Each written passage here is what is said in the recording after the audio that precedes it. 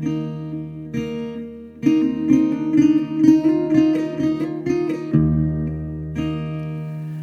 right, I think it's time. Hello, welcome. This is Yoga Talks Podcast. My name is Jay Brown. Thank you for listening. I'm happy to be with you. I don't know how it happened, but once again, I find myself in a bit of a time crunch trying to get this out to you this week. Many of you know I moved last week, and I still don't really have good routines in place, and I'm still constantly fixing things with the house. So I just find myself up against the wire again. So we're trying to make this happen. But, I have really been thinking about you, specifically you, the podcast listener, because I keep mentioning all these emails I'm getting. And there's this one email that I want to read to you because it's very pertinent to myself as well. And I'm betting me and the person who wrote it are not the only one. So here it is. It says, "Hi, Jay. Every week I listen to your podcast as I walk my dog. I've been listening off and on for about a year, but my listening increased as my technology improved, and now I have made my way through most of the archives, and I eagerly await each week's release. I've gained so much inspiration from many of your talks and enjoyed some very interesting stories.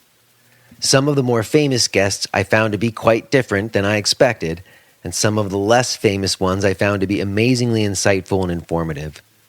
I think what first drew me in was your discussions as you were in the midst of making a decision on closing your yoga studio. I find myself in a somewhat similar place, and your discussions were so helpful to me. Here in the center of the country and somewhat removed from the big-time yoga scene on the coasts. Here in Kansas City, we now face the same problems as New York City and Los Angeles and San Francisco, with the corporate studios opening here, rising rents, more competition for students, and a questionable future for the independent yoga center. We, too, are saturated with teacher trainings, hundreds of 200-hour trained teachers all wanting to teach or open their own studios. Top that off with my refusal to take the Groupon, Yoga with Goats, Beer and Yoga, or Better Booty Detox Yoga route, and the future is uncertain. All that is to say, thanks for allowing me in on this discussion, even though I'm not actually in your discussion. I am at a much later place in life than you. I actually came to yoga at age 40 and became an accidental studio owner after 6 years of practice and 2 years of teaching, and now I'm nearing 60 with 9 years of studio ownership under my belt. The last of my 3 children is finally educated and launched, and I find myself wondering if I can sustain the demands on my body that teaching 13-plus classes a week requires, and also if I'm pretty enough, young enough, flexible enough to survive in today's Instagram yoga world. I don't do well with self-promotion. I don't practice with a photographer nearby, so I don't have all that shit to post anyway. I especially loved your recent blog post. I love yoga and hate everything about it. Totally hit home. I have a good following, a group of students, mainly 40 and over, who I adore, and a studio that is holding its own but feel mounting frustration with the scene today. So, as to not run on forever, all this is to say thank you, and please keep broadcasting. I found so much support from your discussions. I am amazed at how often I get a really strong sense of the people you talk to through the podcast. I don't agree with all of them, but it's always interesting to hear the discussions. Best of luck on your move. And yes, in answer to your question with this week's podcast, I do feel pulled in many directions these days and tired, so very tired. But I love teaching yoga most of the time, and I'm grateful to be connected to you through your podcast, blog, and the DVD of the practice. Thanks, Jay. Best, Patty. Well, thanks, Patty. And I so appreciate your email. Frankly, I haven't been talking about the center much, have I? It's really, I've been consumed with just making this house happen and making sure my family had a place to live. And I have managed to do that somehow. But what's going on with the center is still like just hanging there. Frankly, I've had like a couple of people reach out to me about potentially buying it, which is very weird. I don't even know how I feel about it. I have entered into those discussions. I also talked with one of the teachers about them potentially taking it over, but I don't think she's got any money. So I think it basically means just handing it over to her so the place could kind of live on maybe. But frankly, I just took on more debt than I've ever had in my life. And if someone wants to give me some money for it, I kind of have to take it. And frankly, I feel a little bit weird about one of the teachers taking it over because I don't know where the center is located and the kind of, I don't know, overhead that it has.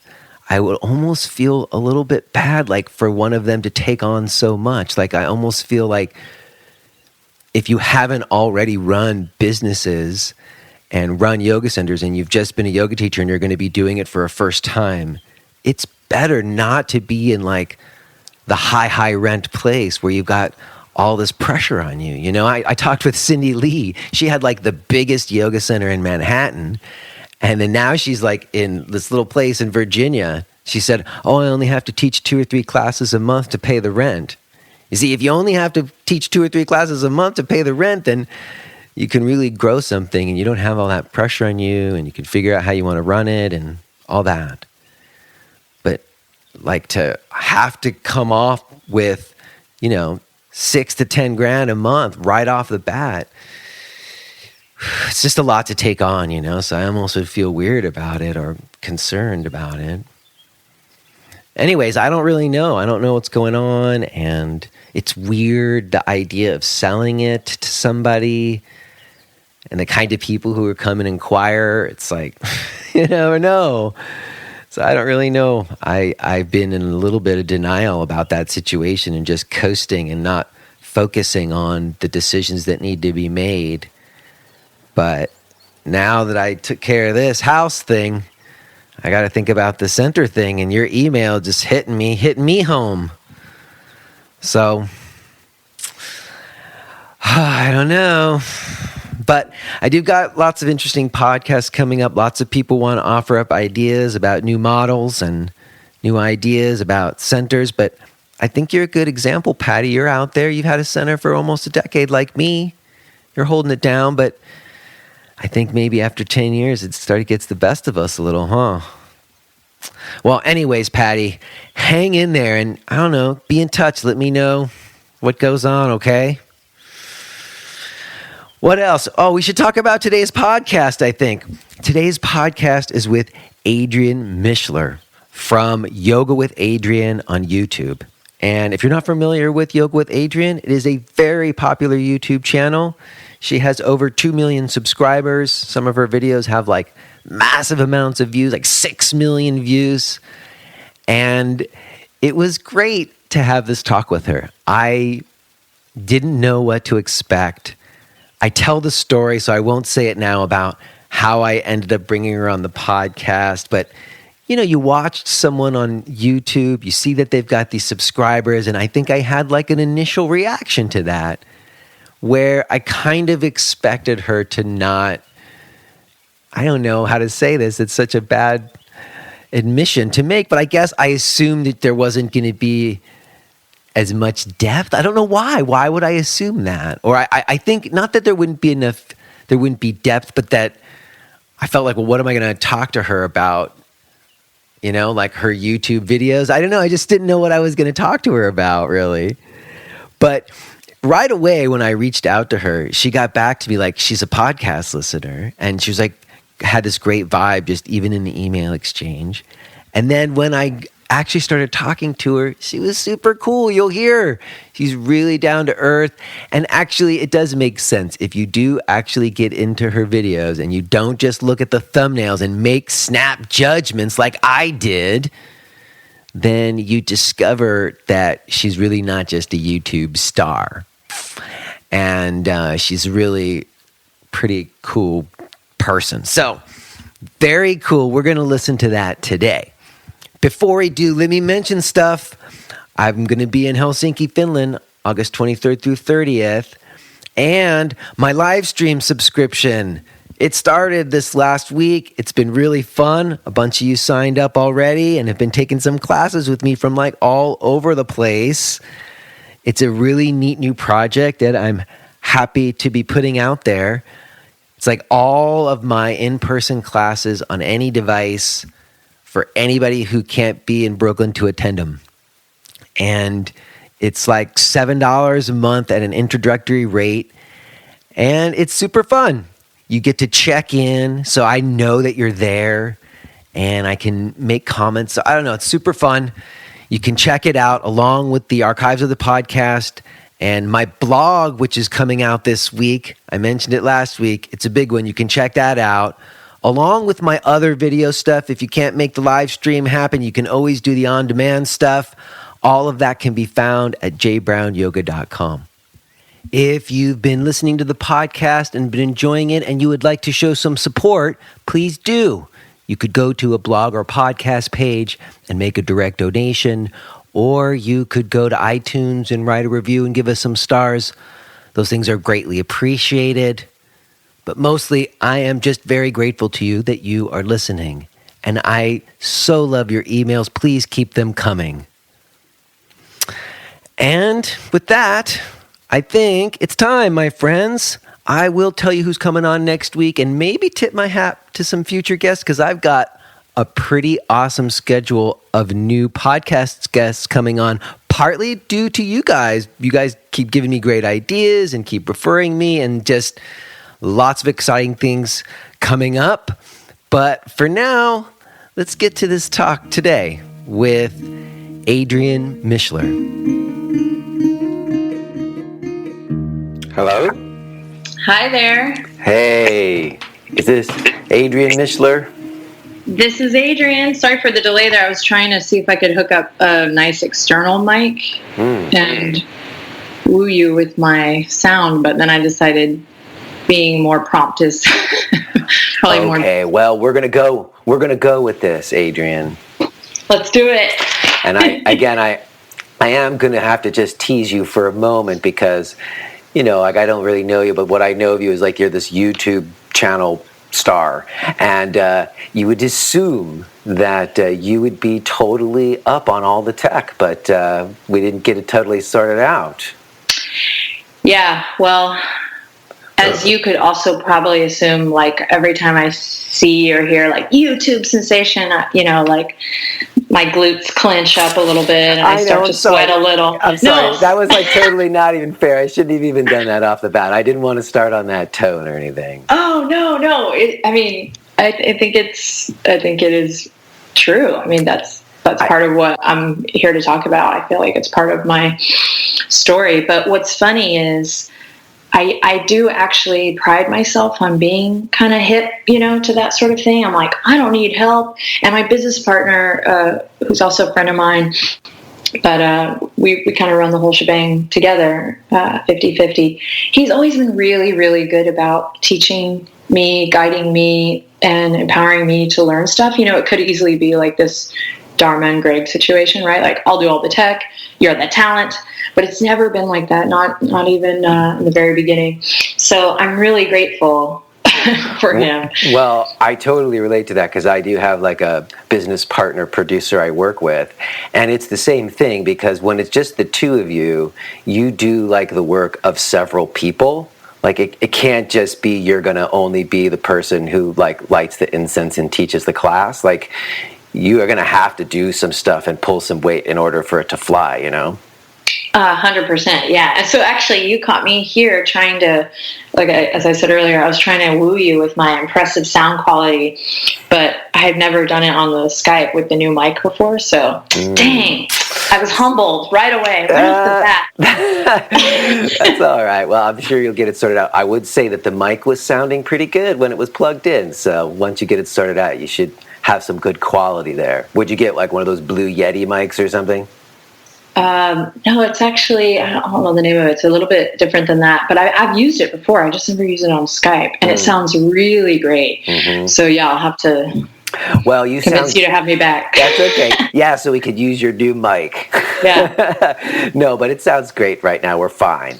And, it's a good start for us because the reason why you're on the podcast today is because I had this friend of mine, someone who's been through my teacher training and, has done like the practices that I do and used my videos. Like some while back, maybe like 6 months ago, I was having a conversation with her, and she sort of was talking about her home practice and her personal practice, and she was saying, I like to do what we worked on together, but I also like to mix it up. And I was like, cool, well, what kind of things do you like to do? And she sort of had this embarrassed look on her face.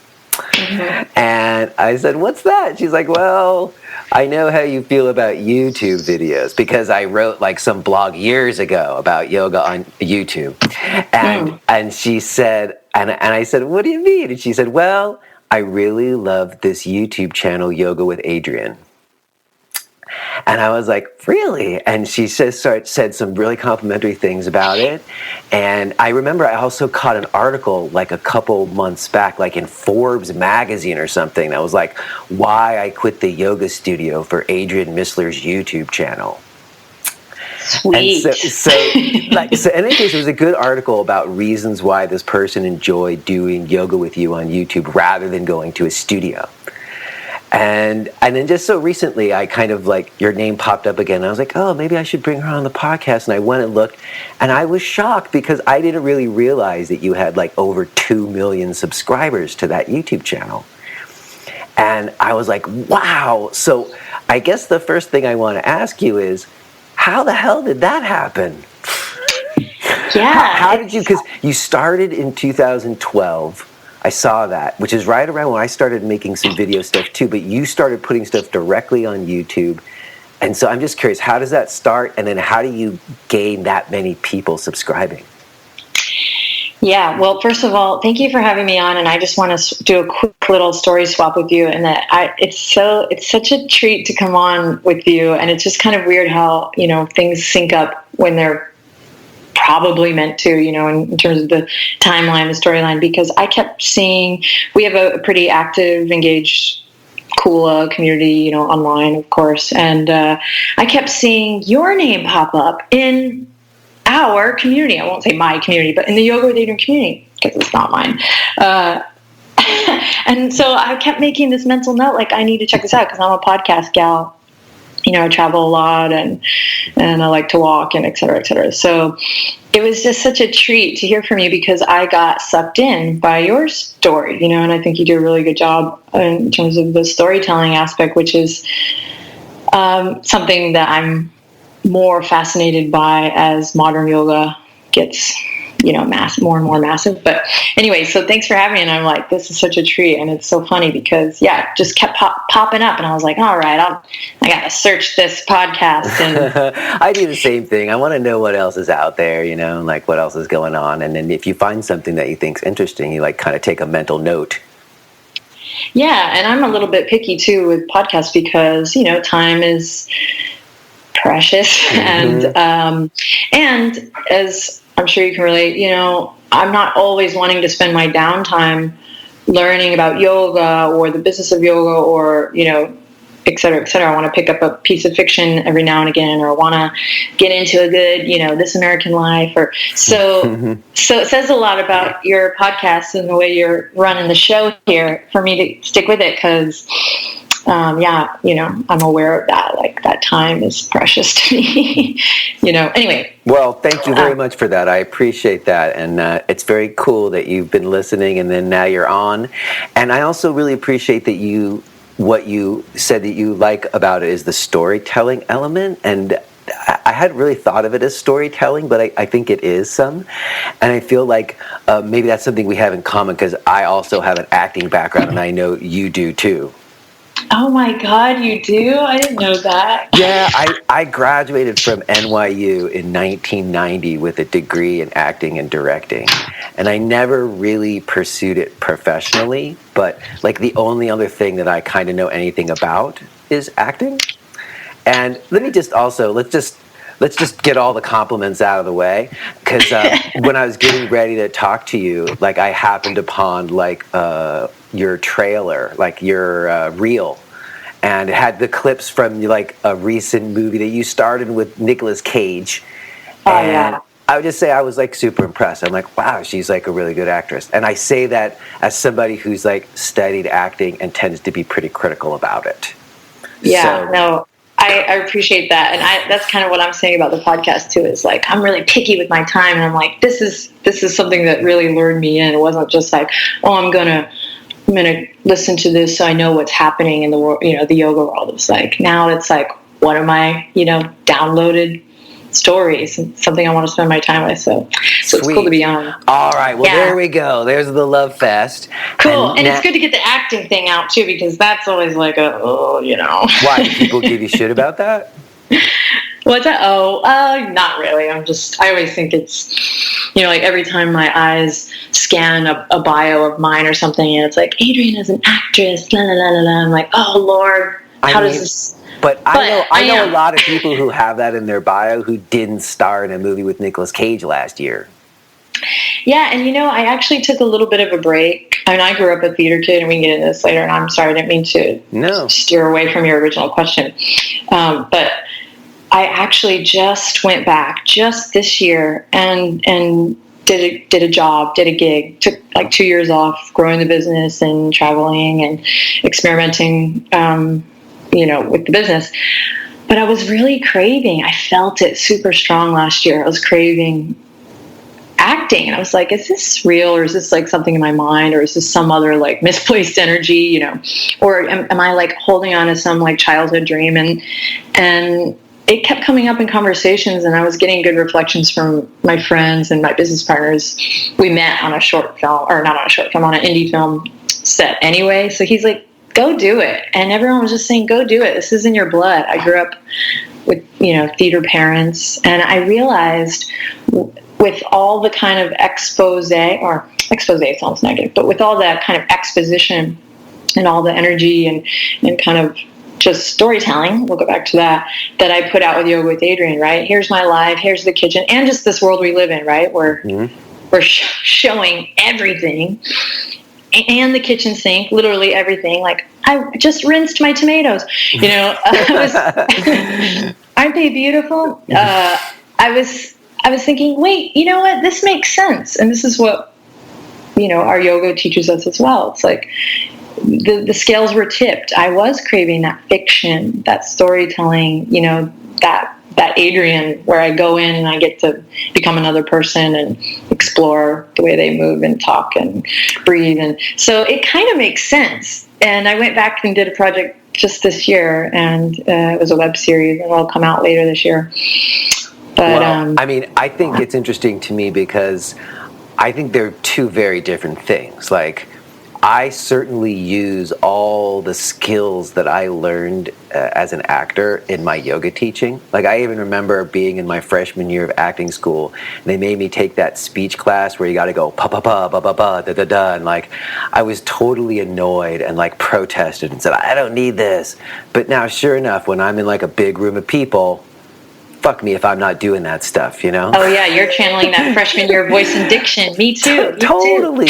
So the skill set that I learned in acting training definitely serves me. And I talked with Matthew Remsky about this. There are a lot of yoga teachers who have acting training in their backgrounds, But to actually like make something like a film or even work on a play and go through a rehearsal process and then put on a performance or like get the shots or whatever it is, that's something different. That like making a piece of art out of it or something feels a little bit different to me than like yoga classes are just like rehearsal all the time. There's never the process. There's never, it's all process to me. So they're related, but it seems like they'd be very different, and you'd get like different rewards.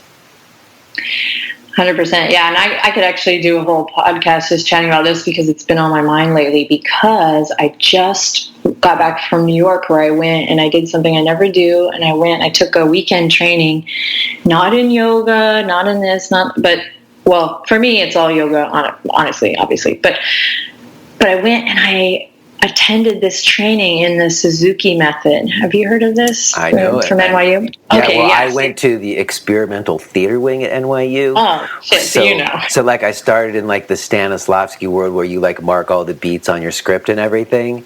And then I moved into like the crazy world of like Grotowski, and Suzuki trading was a big thing in terms of like movement technique and stuff.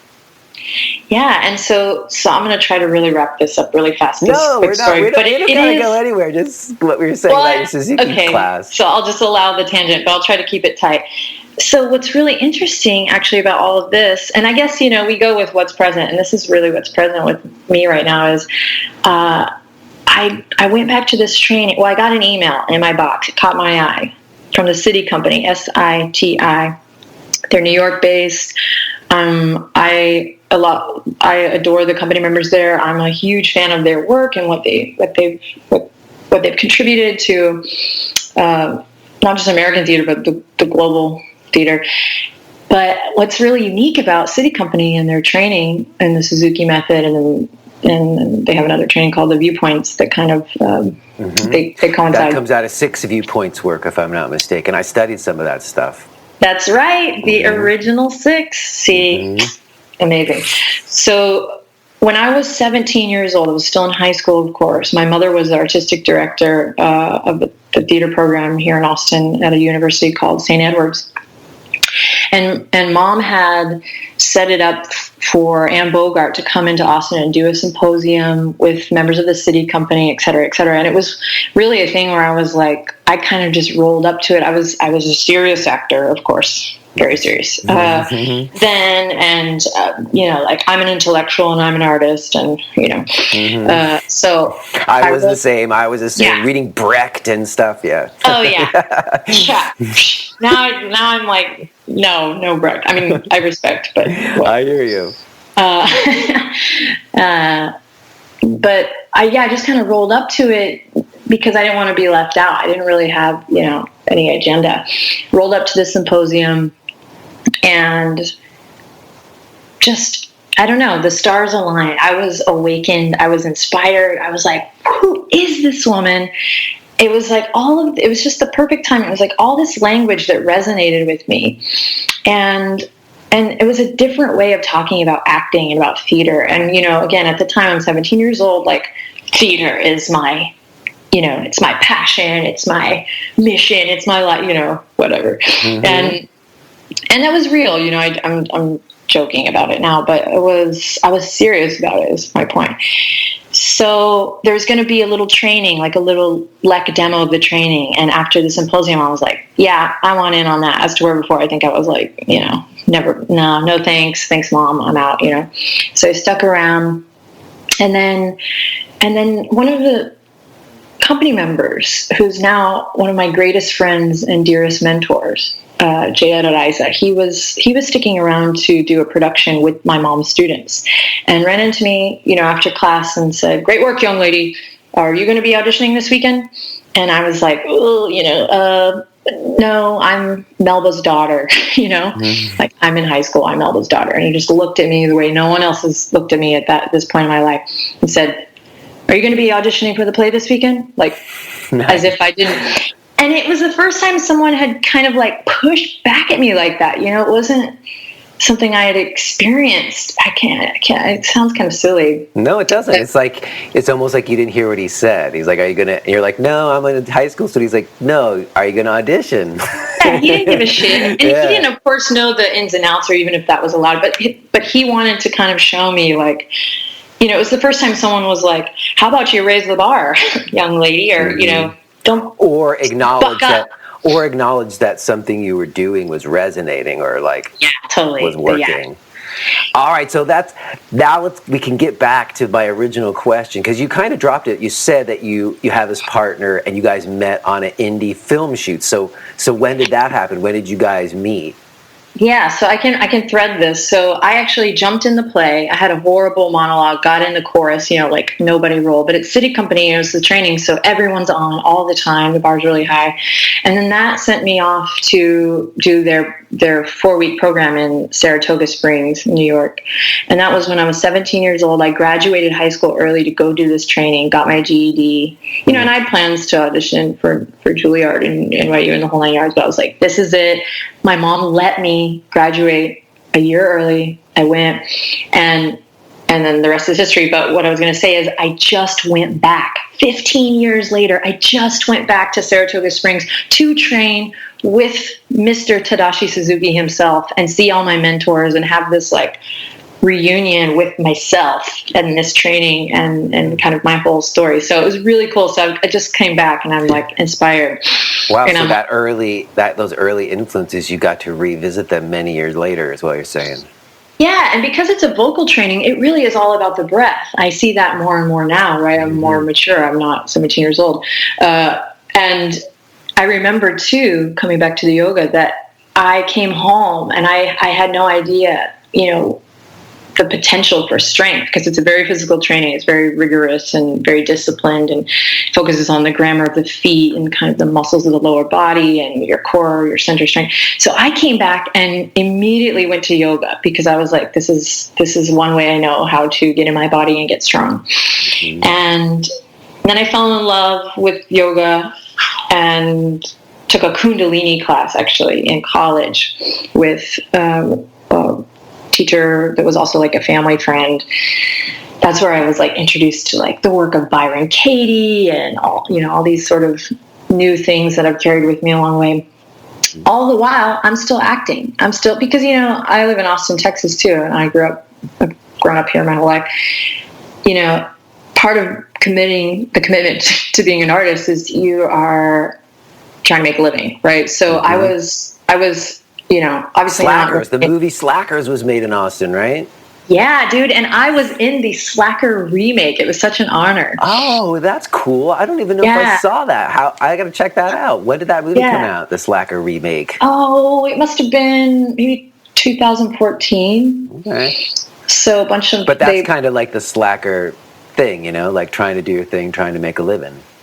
Yeah, it was for the some anniversary of the movie. They got a director to direct, every director directed a scene, and then they used local actors. It was quite cool. It was a little, way to honor Rick and. Oh well, I love that original. I'll have to check out the remake. That sounds like a cool idea. Did you ever audition for Juilliard? I did. How did that go? What's crazy is I don't remember it because I think I rushed. I rushed so much. Well, I often think about what I'm asking because I auditioned for Juilliard too. Yeah, and I did it. I must have been 18, maybe still 17. I vaguely remember waiting to go into the audition. I don't remember the actual audition. But I do remember getting the distinct feeling that I was just completely out of my league, 18 trying to go in there on a somewhat ill-prepared monologue. It's like, come on, man. Yeah. So do you remember what you did? Oh gosh, no! I blotted it out of my memory. But I remember what I did. It was really that table and them sitting over there. I'll remember that forever. That was okay. That was my first real knock off the peg because I won awards in high school for acting and stuff. So then you think you got something, and you go to the audition for Juilliard, and you're like, not really. Oh yeah, no. I had a letter of recommendation from my hero, still one of my heroes, and now I'm lucky enough to call a friend who's been on faculty there for at least a decade now. She wasn't at the time. I had a letter of rec from her. I also had a letter of rec from Ann Bogart, which she didn't have to do that. She barely knew me, but I had done the training and everything, and I still, I was I think they were looking for somebody who is more more polished than you are at 18. You have to have more life under you, I think. Oh, absolutely. Also, now knowing what we know, think about it, Jay, like what we know, and there's still so much for me to learn, but about the body and about breath and energy and nerves. Like, are you kidding me? Mm-hmm. Who could go do that? Like, it's going to take some really, I'm too sensitive for that shit. Like, I don't know. Like, now actually I know how to harness and control, but I didn't know how to recognize, harness, or control. Mm-hmm. Back then. So nope. But me neither. All right. So do you like how I'm avoiding the YouTube at all costs? No, I didn't even mean to. I specifically wanted to take a bunch of time to get to that, because I feel like there's background to how that comes about, like there's a lot of yoga teachers who put a bunch of free content on YouTube that didn't end up with 2 million subscribers, Yeah. And so the reason why that happens and why my question comes from, it's appropriate that we're taking this much time to get to it, because all that we're talking about is part of the reason why.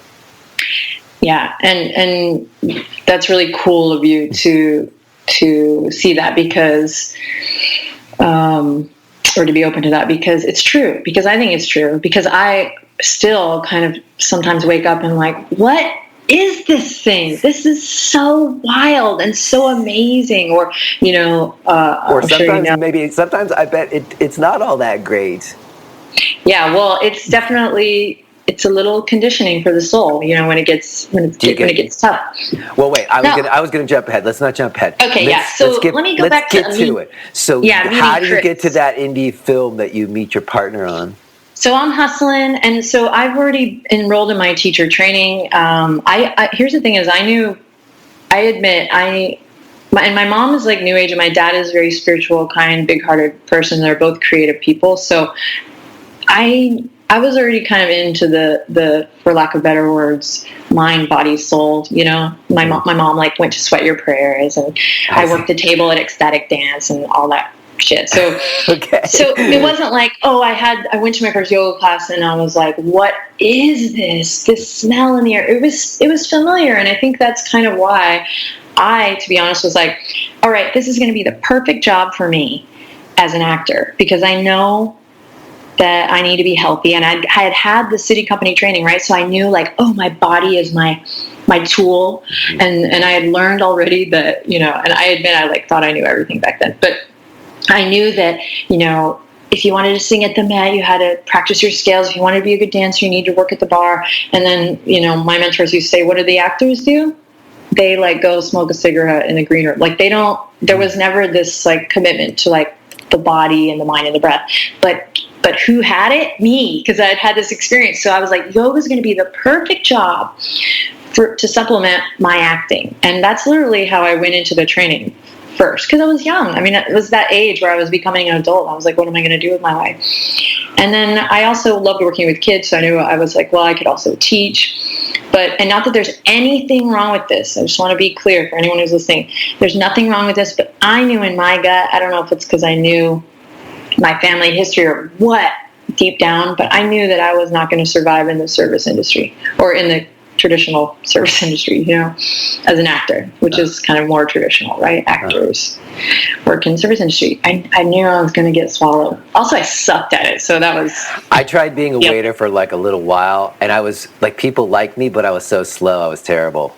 Yeah, it's horrible. So I jumped in, and then the reason this is important is and this was before Facebook, but then once we got Facebook, then it was like, I was all in. I was so in love with the practice and the way it made me feel, and I was so excited about being a teacher that I would post shit everywhere. And I would even did you ever pay to teach? I would even back before we have tentpole marketing now, and National Best Friend Day, National Margarita Day, and then you build your content out of that. Before this was even popular, I was doing this. I was like, it's Shirley Temple's birthday. So I'd buy ingredients for Shirley Temple's and be like, free Shirley Temple's after class.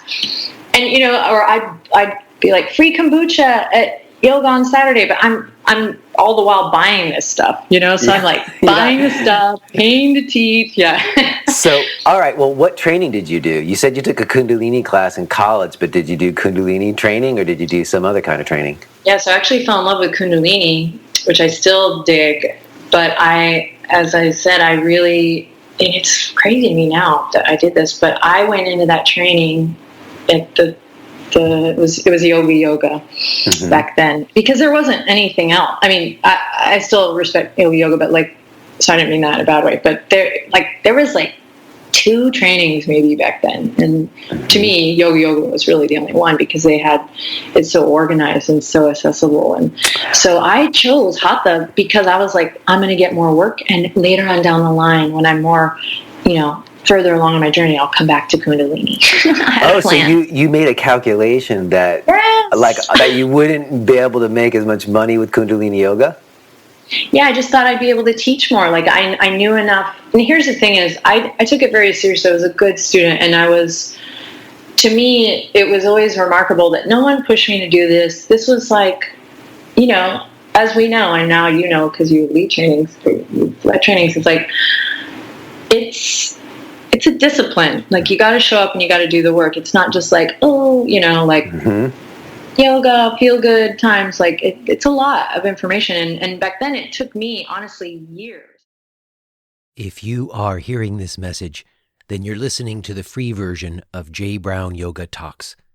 To hear the rest of our conversation, please subscribe to Podcast Premium at jbrownyoga.com/premium.